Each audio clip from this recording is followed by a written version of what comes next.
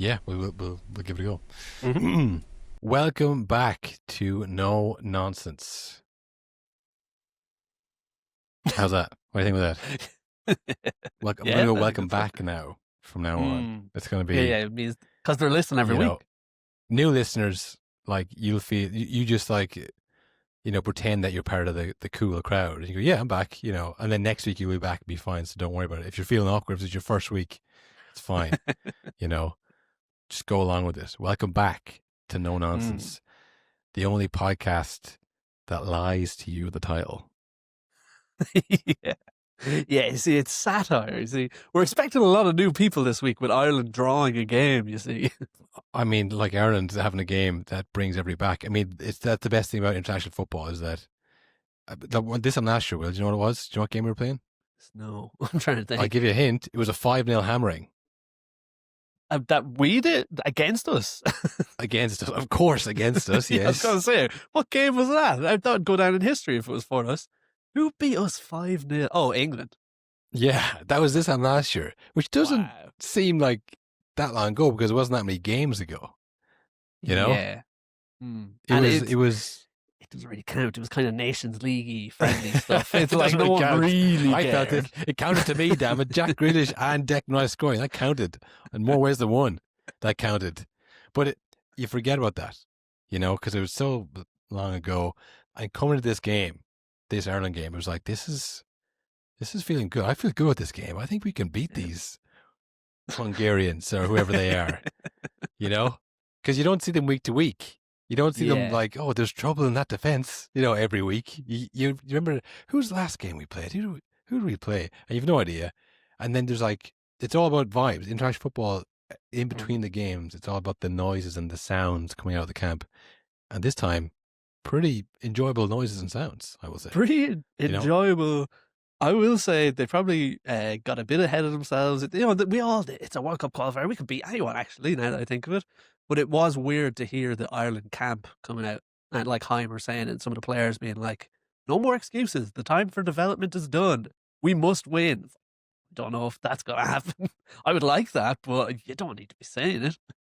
Yeah, for no reason at all. It felt like some kind of project was finally coming to fruition. It's like now the time's like, oh, it is? Okay, right. So yeah, it was all very exciting this coming into this Ireland camp for whatever reason. I don't know, but it felt like it was really going to happen. And then, like, was it 2 minutes in the game? 3 minutes? 2 minutes, I believe. Yeah. 2 Varga. minutes. Varga, not VAR this time. It was Varga who, in a weird goal, I think that's the only way to describe it, a weird goal where, I mean, thanks to video replays, we can find the exact culprit, which was Doherty, who was lazily coming out from the fence after, heading the ball back to their player, not really heading out of danger, back into the middle, lazily coming out, kept Varga onside, and he gets to push the back, and it's like a weird, like acrobatic, but also kind of unathletic looking finish, but it flies in the top corner, top of the net, and everyone's kind of stunned, like, what the fuck was that? And like I say, all this left then is to assign blame, which was Doherty, because he did both things. And that didn't change out the game. He was at fault a couple times. RT did a bit at him at half time where they're like, he did it here, and he did it here. I was like, no. He had a shocker. And it's like, he has had a few shockers in his last few run-outs for Heimir, I think. This time, though, I feel like it wasn't fully his fault. Classic international management thing. It's like, all right, here's your squad. Here's where they all play. All right. I'm going to move them around, though. What if he was over on this side for the first time ever? It was just very strange. And I don't know, Doherty was all over the place, it felt like, because of that. Do you think this was Heimer's revenge on Doherty? Maybe, yeah. Make him look as bad as he can.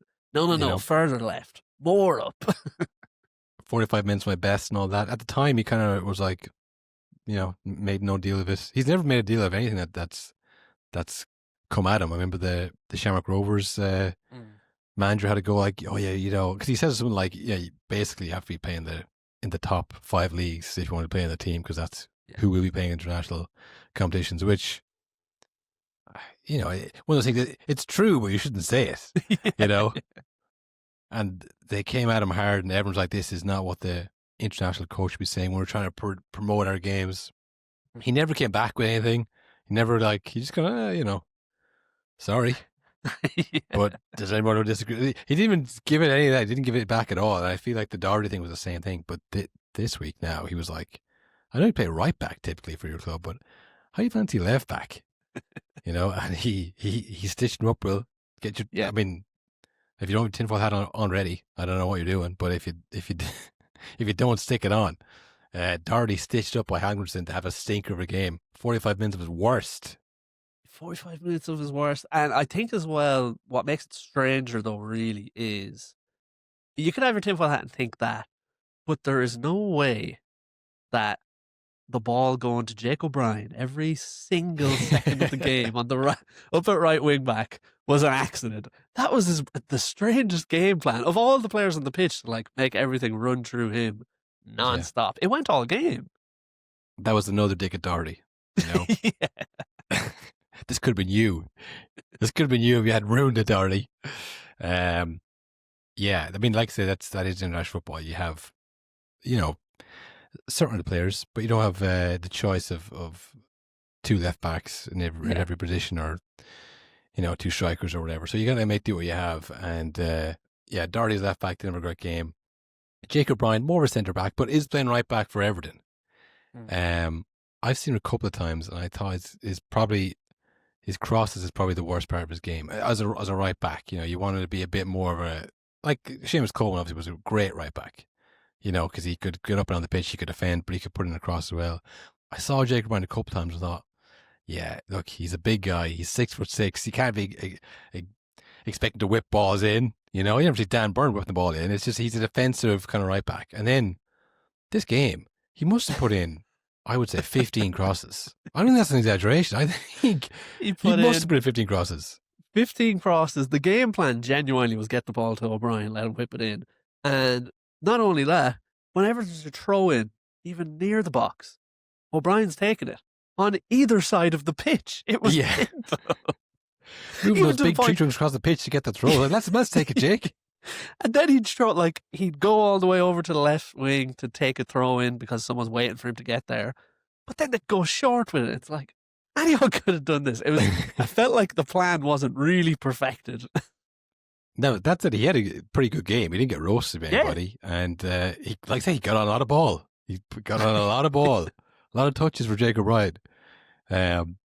But yeah, you think he's so big, you want him in the box. And maybe Doherty put it in. And like the second half, it was more Manning who's putting the ball in. Yeah. And he did have better crosses than Jake O Brien. And that's where, two of the goals came from Manning crosses? No, Manning crosses one. And a lot of Ogbene came on as well. Did he come on for O'Brien? Well, he was in that O'Brien role, and it was a lot different. Like, he was just getting by guys. He was hassling people in the box. He was winning a lot of headers in the box as well. Like, they looked totally different when Ogbene came on. That first ball that went in, and Ogbene leaped over your man's shoulders. It was literally like semi-pro, where he got a free against him. It's like, people can't just jump that high, Ogbene. Okay, they've been putting crosses in all night, and no one's jumped that high. I think you're free out for nothing. I mean, the athleticism of the guy was unbelievable when he came on. Yeah, just like ridiculous. A different level.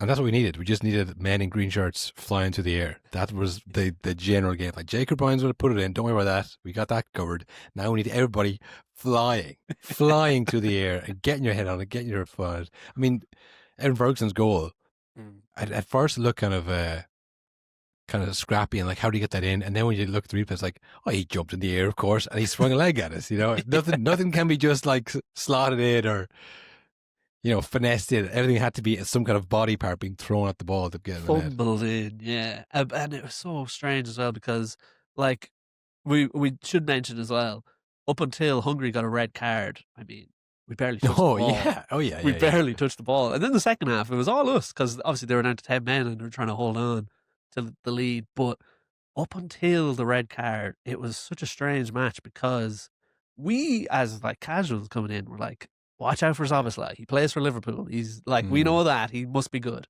It felt like literally we were terrified of Szoboszlai. Whenever he was on the ball, we gave him 50 yards and just like, do whatever you want with it. We're not going to come near you. It was mad. Yeah.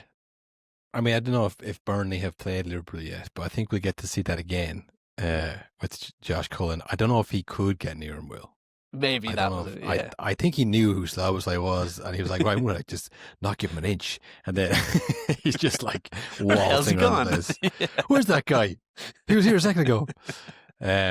He's an unbelievable player. Yeah. Which again, people were kind of like saying that he was a bit of a flop last year. I remember distinctly people being like, he's not that good, is he? He's on Henderson, you know. And now if that was Liverpool fans or that was rival fans trying to like undermine him, but he looked pretty good there tonight, I have to say, or last night, I should say. Yeah, he was definitely the danger man, and they were much better than us in the first half. Like the first ball we got, I think it was Collins. We had the kick off, went back to Collins, and he just like dragging the ball along up to Evan Ferguson, get his nut on it, and we were literally putting our fist in the air, like yes, we are back. You know, this is what we're all about. And then they got the goal, and then the next 5 minutes of them just like pinging the ball around our players, and we're like, oh no, this is going to be a long night. We cannot get close. Then they score, you know, the goal from the set piece. I'm like, well, that's our thing. They can't have two things. One is ours, the other is yours. Halftime comes, and we're like, you know, this is going to be brutal. And like I say, it was just the discipline, like that sending off was the turning point. And it was mental. Like even when we were watching the pub in real time, we were like, whoa, that was crazy. You shouldn't have done that. No, like it was so petulant. Like he kind of got pulled back by the ref, and the ref didn't see it. And he literally just saw red and was like, well, fuck this. Next person gets the ball. It's getting their Achilles raked down. Like, what are you doing? One of the rare tackles that's so bad that it's a straight red, but it's a straight red that the ref sees on the pitch, and you don't even hear about VAR. They're not a word of it. The ref's like, oh, I saw it. There's no need to check anything. Yeah, in this day and age, it's always like, well, we better check just in case. Like, oh no, I'm sure. I know exactly what happened there. I think I heard him. Yeah. It was just the petulance of it, because you can see the replay of the whole thing playing out, and you see his face like turn. I'm like, oh no. Like he's actually just lost control there. I know people say they'll lose control, but he really, I don't think he probably even remembers that happening. You know, I think he just like blacked out and was like, oh no, what happened? What did I do this time?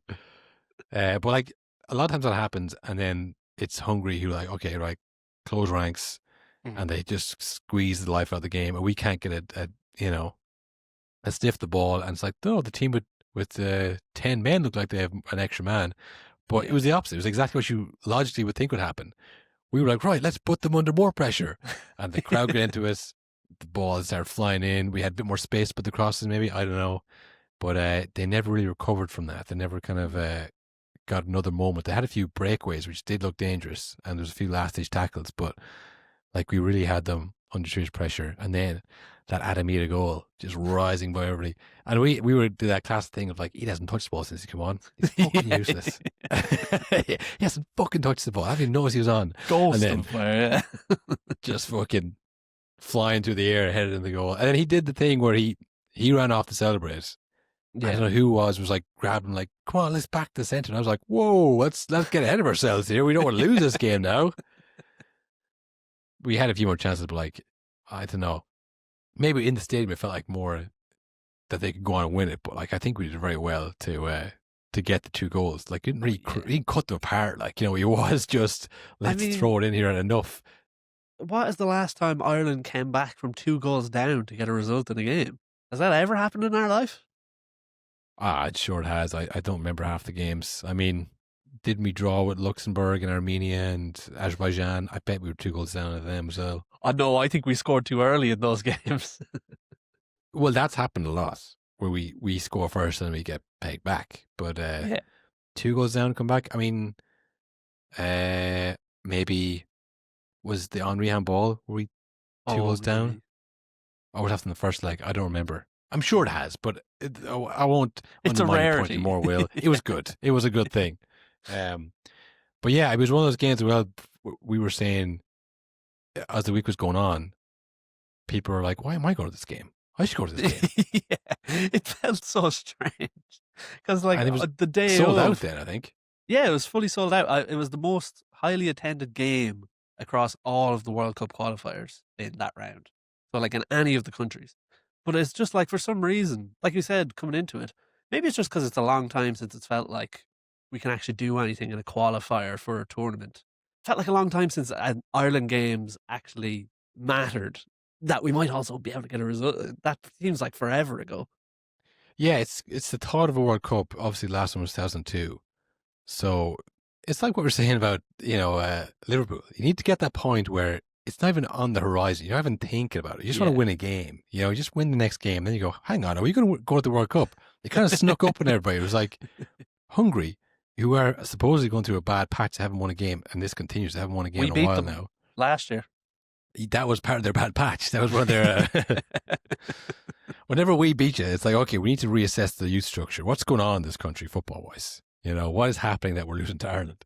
Then it was obviously Portugal, who are the strangest big international team there is. Yeah. They can go out and beat France or Spain today, or lose to Iceland in a Nations League game with all their best players trying hard. Yeah. So we're kind of like, okay, that's probably the best big team to get. And then it's Armenia. It's a small group. There's no kind of Greece that we usually always lose to, or Denmark, or Wales. Serbia. Yeah. Wales, that's another one. So it was kind of like, why not? And it's over in November as well. So it's like we have this two international breaks, and then it's like that's the World Cup qualification. Yeah, which I think helps people get excited more because it's just a few games in a few months. How hard is that? Yeah, we definitely got carried away with it. I mean, I guess the upshot is we're still in it. Yeah, technically, which we were always, but we're still in it. Well, I mean, we've had qualification like 2 minutes into the game when they scored. It did feel like, well, this is over already. Oh yeah, it was. It definitely was. If they hadn't got that man sent off, it's like we're not beating anybody. The camp is dead. Hagrimson probably walks away at the end of it. It's a totally different analysis. I mean, we were in the pub, so we could kind of hear Richie Sadler and Dieter Hammond. They didn't look happy, I'll tell you. It was like they were coming to a national death of some sort. You know what I mean?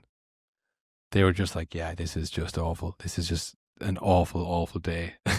We didn't see at the end. We were too busy, jumping around the pub with our 2-2 draw. We didn't hear the analysis after the game, but I'm sure they were probably as shocked as everyone else was that we managed to turn that around. But if I was a Hungary fan, this would be crisis point. Like, that was a joke. Jesus, 2-0 up, and we lose to that crowd. One guy gets the up. Like, imagine if that was, Cullen who did that, who stamped down someone's foot because he was dragged back. Like, get this guy out of the team. Get him out of here. Like, what an idiot. So awful stuff for them. Great stuff for us. Yeah, great stuff for us. I did see, so Sammy Smodics is out of the squad now with an injury. But his replacement didn't go for a like replacement. They brought up, I can't remember his name, Honahan from Shamrock Rovers. But he's a left back, which is like, interesting. Oh, right. Yeah. So I'm sure, like, Doherty's like, what about Smodics? Part of the Heimir revenge. He was bringing him in no matter who got injured. So, make him play the game. I get him embarrassed. Maybe we'll try another left back, Doherty. So it's like, and I think it was a good result, but it's nearly a problem with watching Ireland, and they manage to do this a lot. It's usually bad. The results are usually bad, but they give you just enough to think, but maybe next time, will be different. And it feels like this time is like that as well, where it's like, okay, we can beat Armenia, I think, based on that second half against 10 people. But like, it could also be, we could show up like we did in the first half in that game and get beaten 2-0 by Armenia. I don't know. Yeah, it was shout out to Darren Maloney, who once again, my God, he was just looking at like a fan, where he was, as we were losing 2-0, he was talking about like 25 years since the World, maybe 20 odd years since the World Cup. There's clearly problems with the youth structures and the grassroots, but it won't take a second to score a goal. It's like, and he himself, which would fix all that, Darren. What are you talking about? I mean, like, obviously we're not producing enough players, but if we could score a goal tonight, hey, we could be going to the World Cup, and wouldn't that be a great piss up? It wasn't just that as well. I mean, non-stop throughout the game. Every time a Hungary player would go down or would get tackled, my God, it was like, these cheating bastards, time wasting again. Look at them, they're not hurt. And then, like, if any, the similar, it would show a replay of a player getting kicked in the head by an Irish player. Silence. Like, not a word about, okay, maybe I was wrong there. You know, it was just like, oh, these fuckers. Yeah, no, they're watching like they were fans, which they are, you know. And it's like what I said about Sky Sports. If they're like, they have what, Gary Neville on commentary and then they have whatever. It's like, Just, it's Man if you're United fans doing watching it, do this. it. Yeah. You know, like, who cares? Like, you know, don't try and be, oh, this might, what if there's a Swansea fan watching this? Like, they're mostly Man United fans. It's a Man United game, you know, like, just cater to who's watching. So, yeah, it was funny to hear because it was like fan TV. But, yeah, I don't know. Where does that leave us now? We've drawn with Hungary, obviously. We play them again next, I'm assuming. We play Armenia next. Armenia tomorrow. Yeah. Armenia were beaten 5-0 by Portugal, I think. So Oof. they're rooted to the bottom. I assume that makes us, we're joint second with Hungary, I assume. Or joint third. Whatever way you want to look at it. Yeah, well, joint second, joint third. Let's just game this out, will we? Here it comes. Let's just get ahead of ourselves, shall we? Yeah. We beat Armenia 3-0. 3-0. Yep. If they beat them 5-0, we beat them 3-0. We go to Portugal then after that? I think so, yeah. In Portugal or at home? So we've got Portugal away on the 11th of October. Okay, Portugal away, 1-1 draw, I would say. Yeah. Ronaldo's still there. That can't be good for the camp. We'll lose to Portugal, right? We'll probably lose to Portugal. Hopefully not by a demoralising amount. Hopefully a 2-0, you know. And we'll 3-1. That'd be good. That would be great. If we could score a goal. If it went 2-0 and then 2-1. Yeah. And then 3-1 at the end. But that doesn't count. That was the 89th minute. We were up the other end of the pitch trying to score. We were wrecked. So we were tired. You know, they had more subs than us. That's just a better football nation. That's not fair. 3-1. Then we go to Hungary, I suppose, for the return leg. That's a tough That has to be a win, doesn't it? Oh, I don't know if we're going to manage that. Well, if we draw that game, it'll come down to who beats Armenia more. Yeah. I think Varga is going to do well against Armenia. I think he's a good striker. Unless their whole camp like collapses, unless they're all pointing their finger at each other, there's infighting, the whole thing just completely falls apart, which hopefully it does. Yeah, but, I mean, they've a player missing straight red card. Does he miss 2 games, 1 game? He missed 1 anyways, yeah. I don't know if there's a 3 games ban in such a short group, but I mean, it was dangerous to play it well. It wasn't like, you know. So yeah, I mean, our best hope is to beat Armenia well and draw away with Hungary in the Puskás Arena, in that raucous Hungarian crowd. Remember them at the Euros? It'd be a tough place to go, is what I'm saying. And assuming we'll lose to Portugal home and away. But Hungary might get a draw against Portugal at home, and that could be the difference. So we could go to Hungary, draw, beat Armenia by more, but if they get a draw against Portugal, that's us out. So really, we have to go and beat Hungary away in their backyard. No problem. But that was not always the situation, but like, okay, say we had won this game tonight. That would have been huge. But like, we were kind of thinking a draw or a win. I guess we were all thinking we were going to beat Hungary. That was the optimism, wasn't it? It was like, we're going to beat Hungary at home. We might get a draw away, and then we have the group sewn up. Second place, playoff against hopefully Estonia, and then we're off to the World Cup. Simple as that. I mean, it's so funny because it's been so long since we're in a World Cup, obviously. And back then it was just like we had a good team. We could beat anyone on our day. Now it's like the cards have to fall perfectly in every way for us to even have a chance. And they have fallen pretty well with this group, let's be honest. Yeah. So yeah, I mean, the optimism was better when I knew less. Having seen them play, I'm like, oh, this is going to be a task and a half to do this. So, but yeah, look, if we'd lost that, it would have been completely over, because then we would have had to beat them and hopefully get a result at some stage against Portugal as well, and hope that they don't get, like, if we can draw or beat Portugal, then Hungary can draw or beat Portugal. Do you know what I mean? So, yeah, we're still in it. We got the draw. Hopefully we've rattled them sufficiently that they drop points against Armenia or something. But we do need a bit of luck to go our way, I think. hopefully we've rattled them a bit and they're pointing fingers, but hopefully we haven't rattled them enough to where they're like, okay, we really have to teach Ireland a lesson. That would be bad. Oh, that's going to happen. I'm Yeah. sure they hate us. I'm sure they were like, what the fuck was that? That wasn't a football match. You know, the classic things they say about us, Yeah.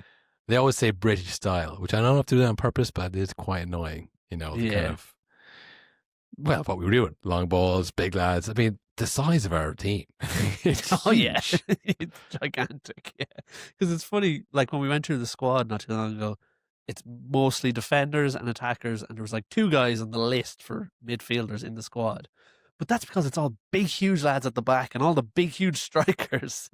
Yeah. And we have like Mikey Johnston and Finney Zaz, but like we were kind of just bypassing them and like just getting the ball in the box. Give it to Evan Manning. Ferguson, Get on one of Collins, the big lads, yeah. O'Brien, getting it stuck in, getting the mixer. It was great. Honestly, as an entertainment, as a Great, yeah.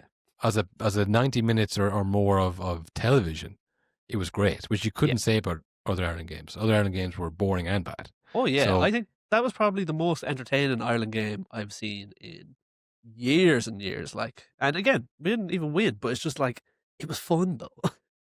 yeah. I mean, the best game that we had recently-ish was a game we missed because we thought we were going to lose. Remember the Scotland game, 1-3-0, we missed that one. we were, I don't know where we were watching that game. And they're like, fuck, we're winning 3-0 against Scotland. And then we saw like that goal, that unbelievable, the third goal. But it was great entertainment and we're still in it. And yeah, I don't know. If I had to call it now, Will, if you were going to make me call it, are you going to make me call it? Yeah. Damn it. I think we'll do it. I think we'll get to a playoff. Fuck it. Go on. But it won't be because we beat Portugal. It'll be because Hungary Portugal drop fucked points. it. Yeah. Portugal will Hungary. be fine. Hungary will drop points against either Armenia or us. But it won't be because we outplay anybody. Tell that much. Yeah. And I think that is the thing as well, is like, I think, because we know what happens usually with Ireland and qualifying for tournaments, we're not feeling too optimistic. But like, if you look at it another way, Hungary did absolutely just capitulate and throw away a 2-0 lead against a team that were way better than. Yeah. Like, without much encouragement to do, like, you know what I mean? Just kind of out of nowhere.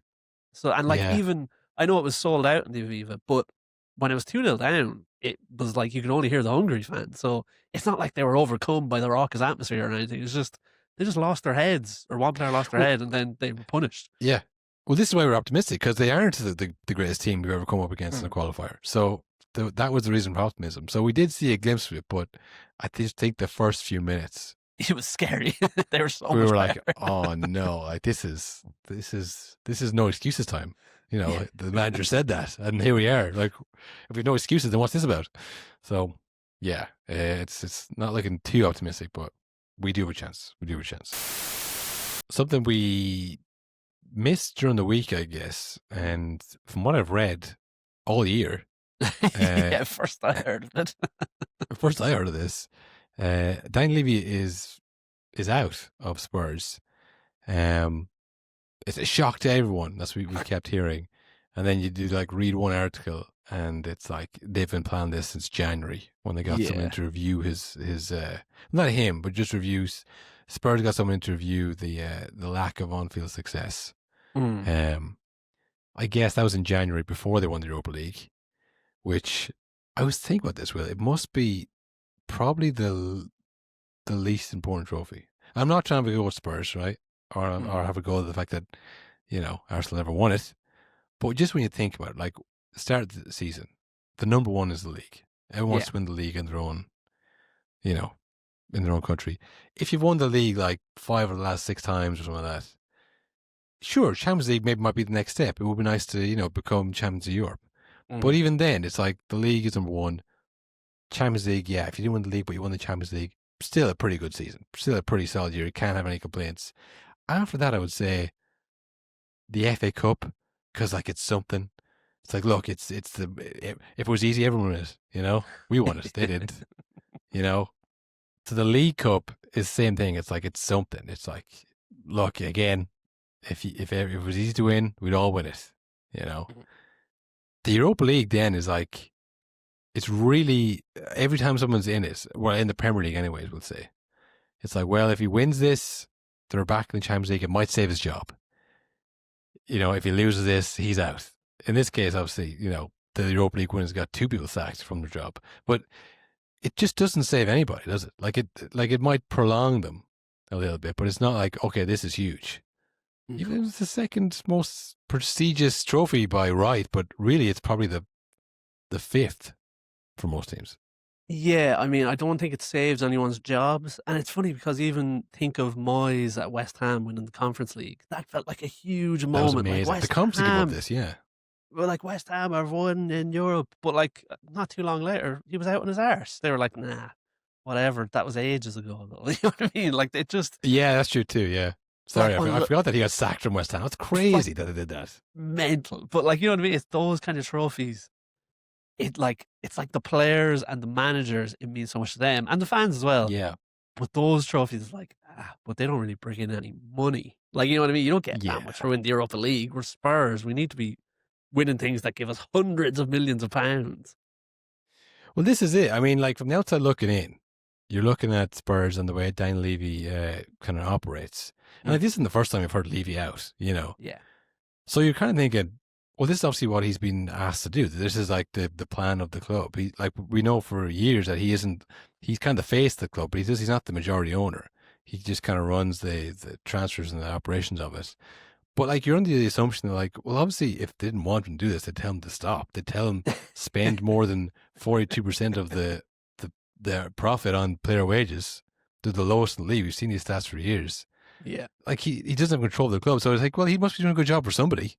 You know, not the Spurs fans maybe, or the players' wages, but like, you know, you think, why is he getting sacked? And then, like, say, there's this American company coming in to audit him, essentially, to see why it hasn't been translating on the pitch, all this saving of money. Why are we winning anything, even though we save all this money? And like you said, an audit came in, and this did apparently come out of the blue, kind of, for Daniel Levy. Apparently, he was told the morning of that's like, you've been relieved of your duties, get the fuck out, which is crazy that there's not like a incredibly long gardening period and like fucking notice period for the CEO of a football club. It's like you can get sacked in a day. That's mad.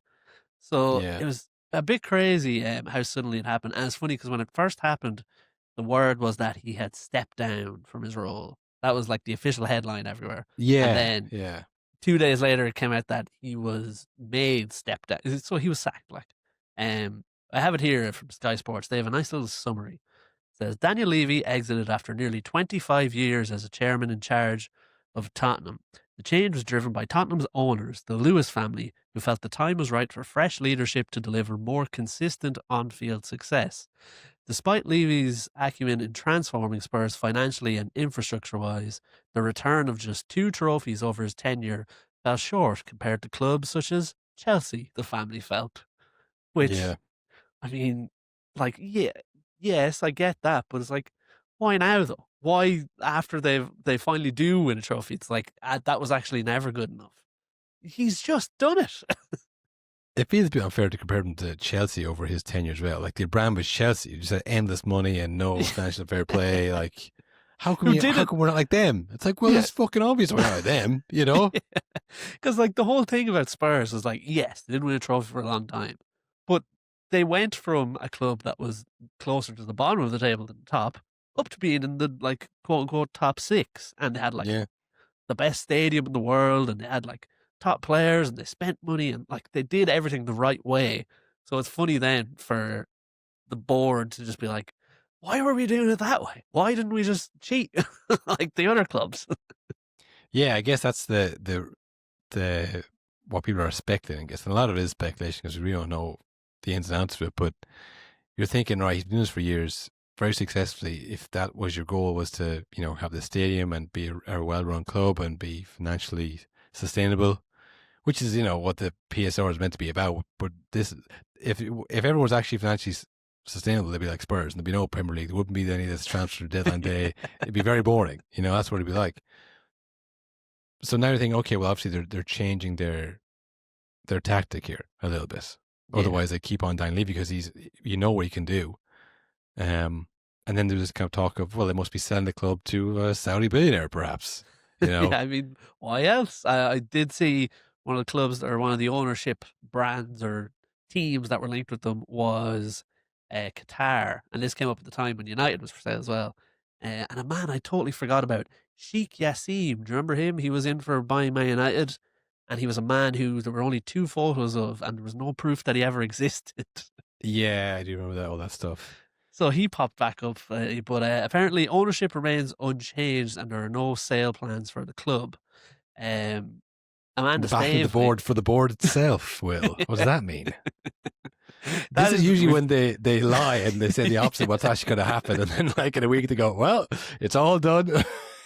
It's sold.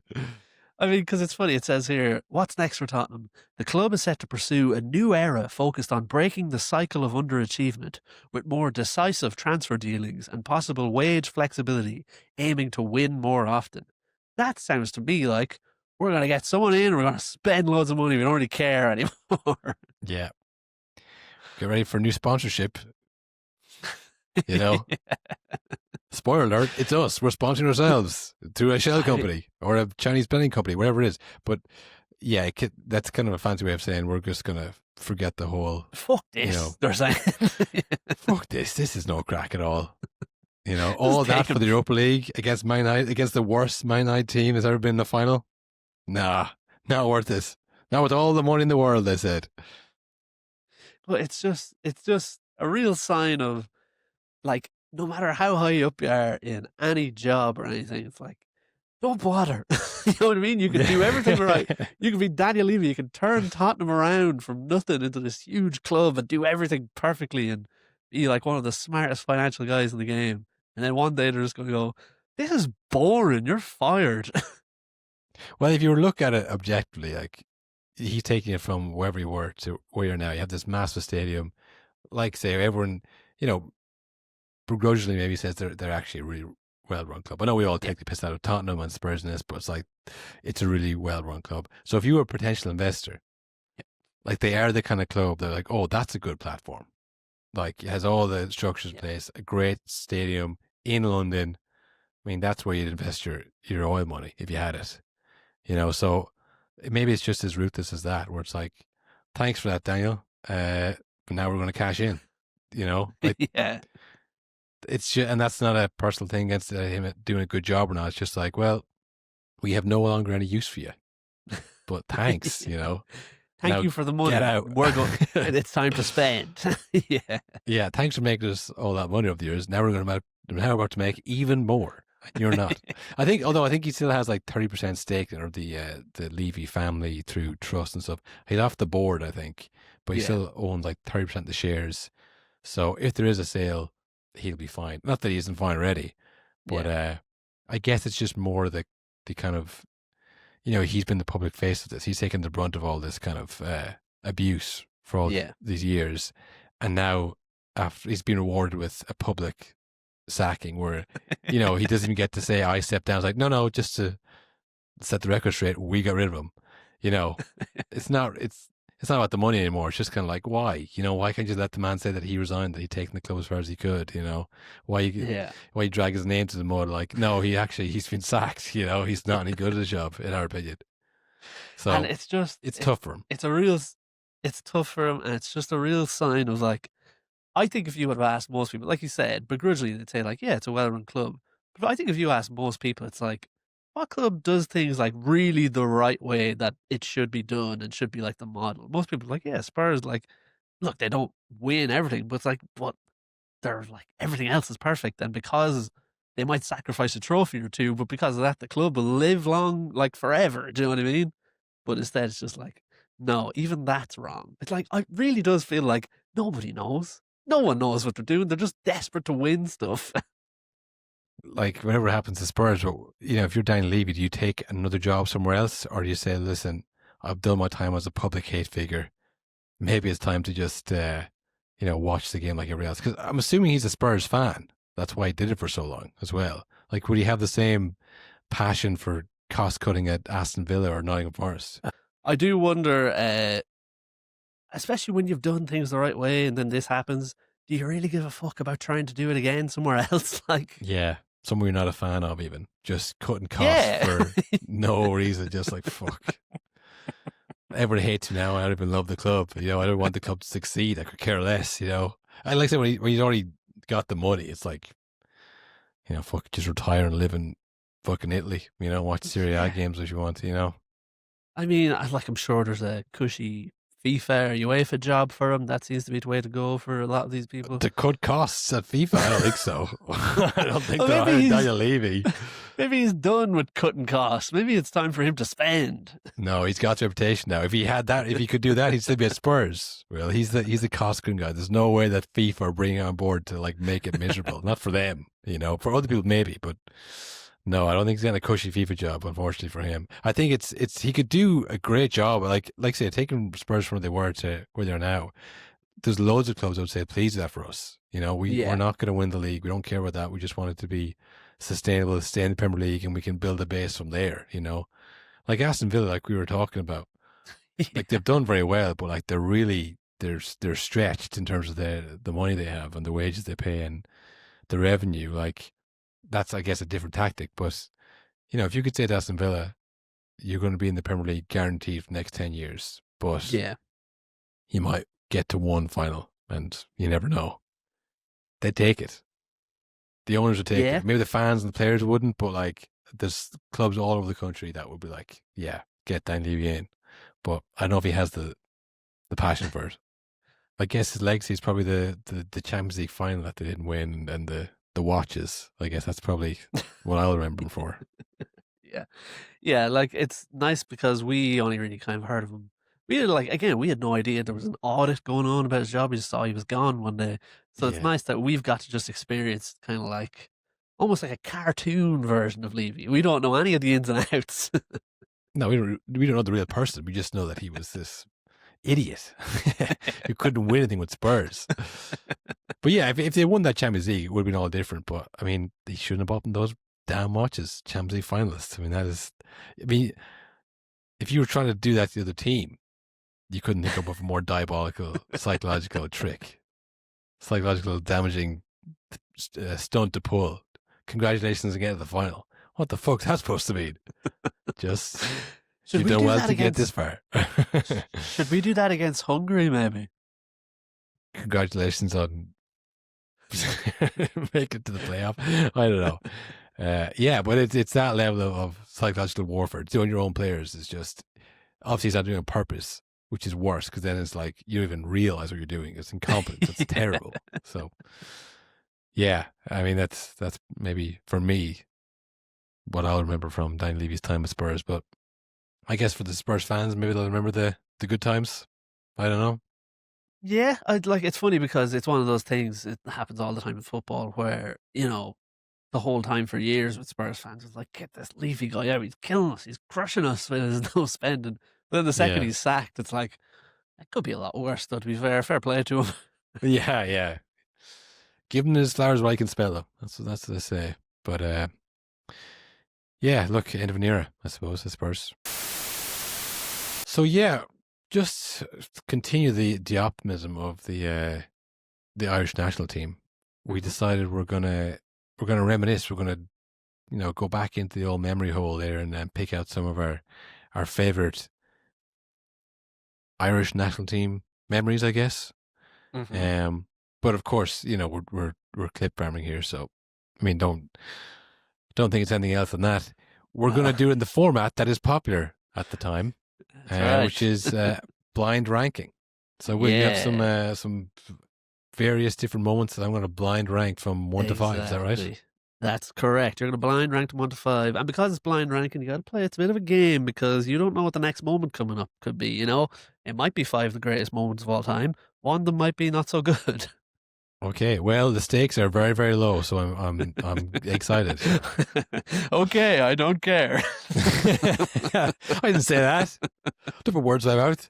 All right, now I do care. Now I want to get this perfect. You want to get the ranking perfect. Okay, so first up. So yeah, this is blind ranking top 5 Irish moments. First up, Shane Long, goal against Germany. The Euro 2016 qualifiers. That was pretty sweet.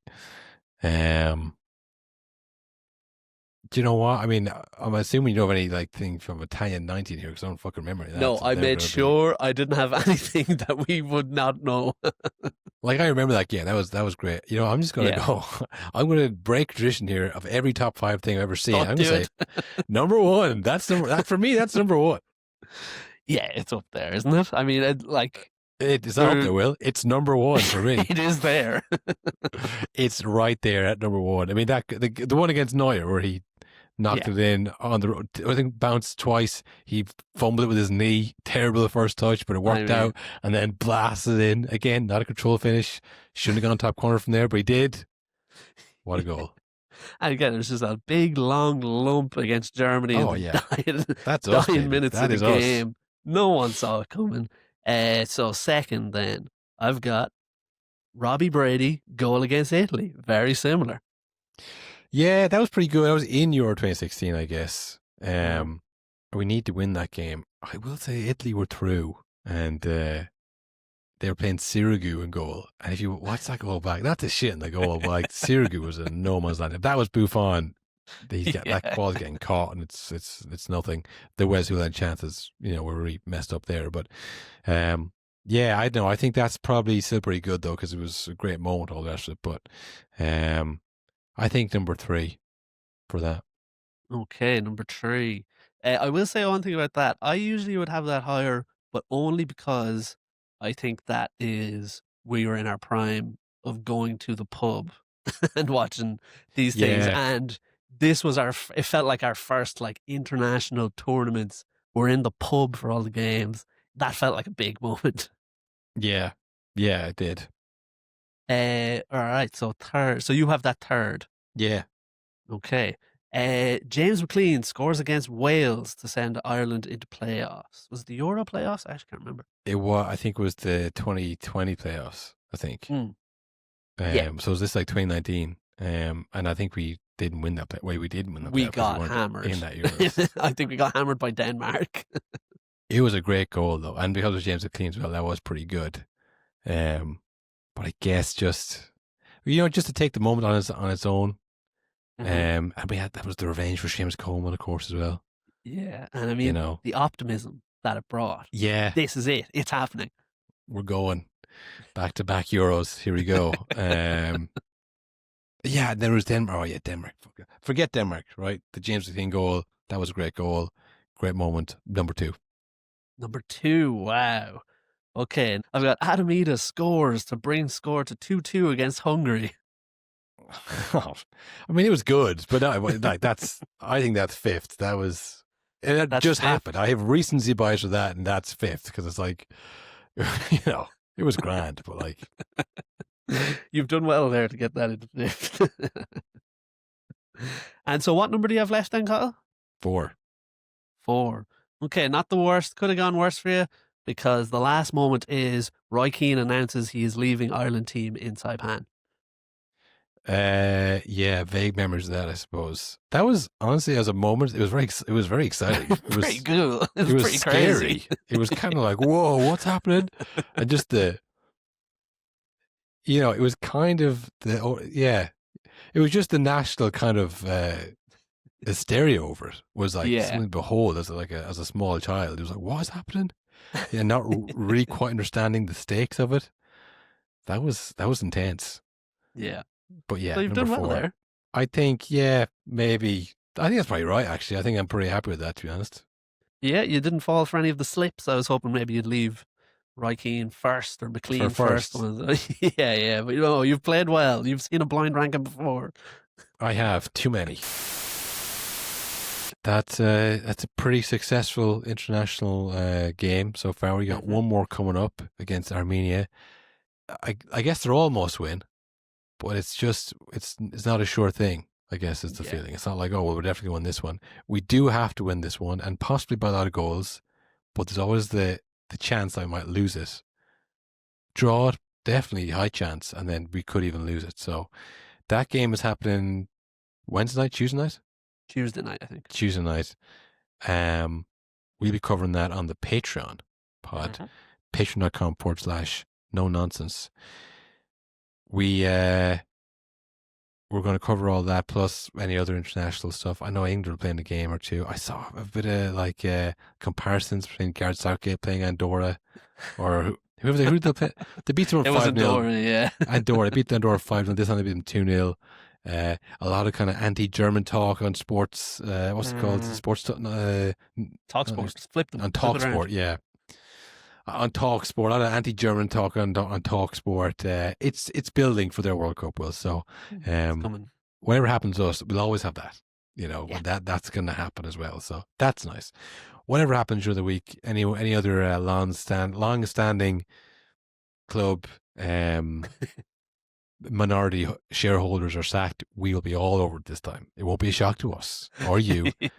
If you're subscribed to the Ultra Patreon. So, do you want to know what's funny? Actually, I was thinking this. So far this season, we recorded on the first Monday. We missed the Liverpool-Newcastle game. All-timer. Missed it. Second episode, we record during the Man United-Grimsby game. Miss it. All-timer. This one, maybe we're not doing a midweek episode this week. International break's not actually happening. We normally record on Thursday. Thursday night, Daniel Levy sacked. Yeah. Yeah, that's it. What's happening next? Well, whatever happens next, you'll get on the Ultra Pod. We're getting this one, yeah. That's the promise. It has to happen this time. It has to. We're like the Ireland team. It just has to fall right for us. But when it does, massive piss up. And you can be part of it. Yeah. So, thanks for listening. And we'll see you next week.